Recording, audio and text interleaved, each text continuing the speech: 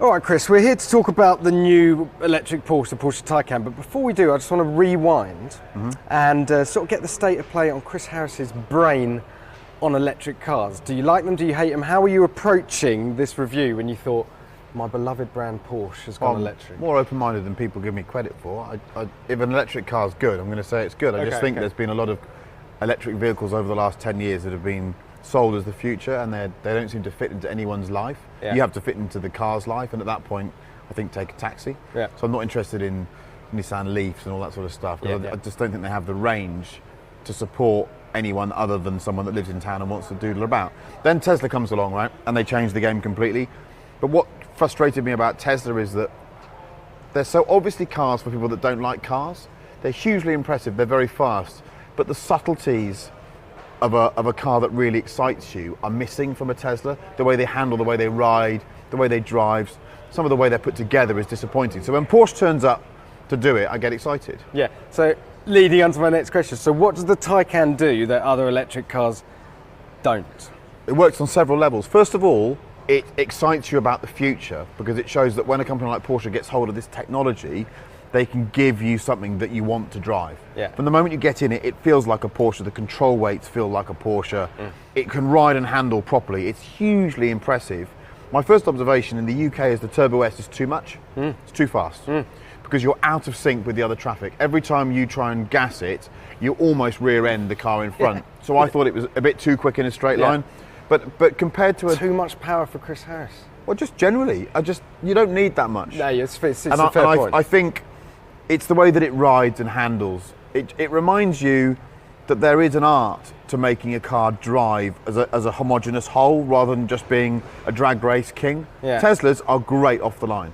Don't get me wrong, but the moment you hit the first corner, it's a bit, okay. That lap time that Stig put in was impressive, right? And you see the footage? It's so flat. That was the most exciting lap I've seen in a while, because he's 2.3 tons. He's probably a bit of oversteer, a bit of understeer, but he's got all that grunt. That was impressive. It's an interesting car because it showcases what's going to come, and I think that's exciting. It's a frustrating car on many levels, because you know what could be possible right now, but you get the feeling they're just holding back a bit for the one after this and the one after that. Well, it's interesting because as a barometer of where electric technology is, this car, so it's got enough space. It's has it? It's a weird size of car. I don't quite understand why. They're trying to slot it under the Panamera, aren't they? So they don't want to just do an electric. But they've ended Panamera. up with something that isn't big enough in the back for a normal family. And also this arrangement here, because it looks like a hatchback, it's not. This letterbox here is very, very narrow. The boot's not very big.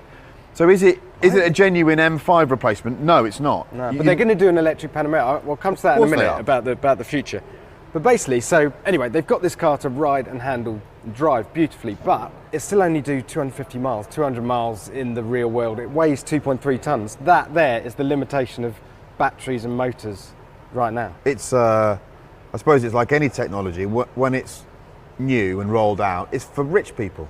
I hate to say it, unless you're absolutely minted and have got access to another car and own a house that has a driveway that you put a charging point in, this won't work for you. It really won't.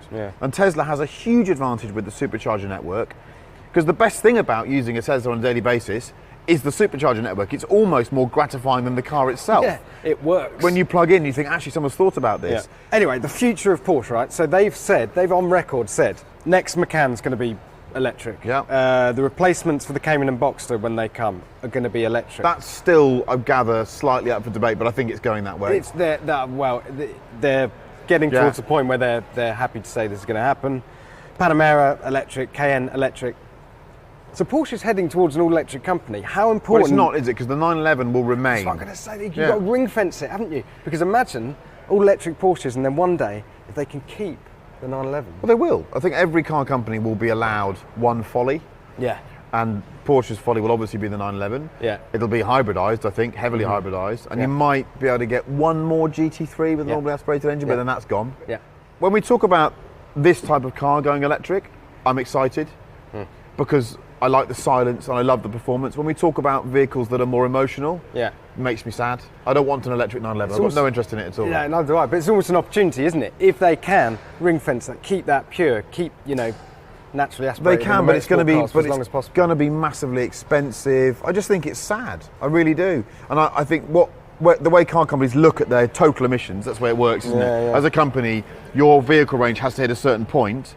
So there's a credit and debit side, and whatever they're using up with the 911 being petrol driven, then the rest of it has to be electric and clean. Yeah, sure. But how clean is it?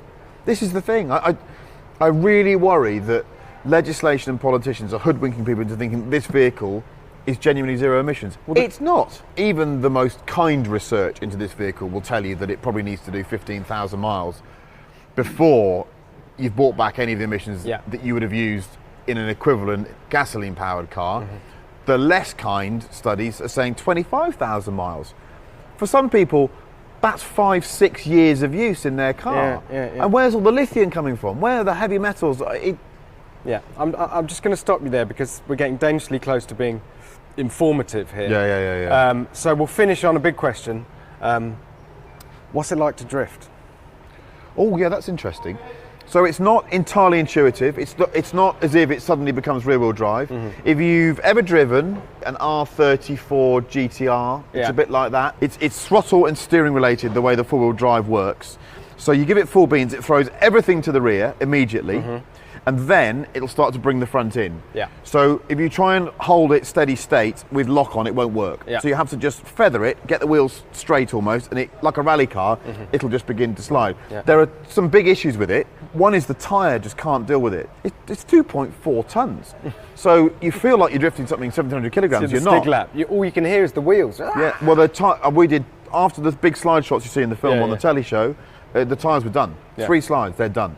Okay. So that's a bit of a problem. So they need to develop new tyres to deal with the torque. Mm-hmm. And it's not entirely intuitive, but the engineer that came with the car had a glint in his eye. And the glint to me said, we've just given you a taste of where we're at. And what he did say is, I'm so desperate to show you where we're at right now in development because the future's going to be great. All right. Well, we'll be talking about that this time next year. Hope so. Cheers, boss.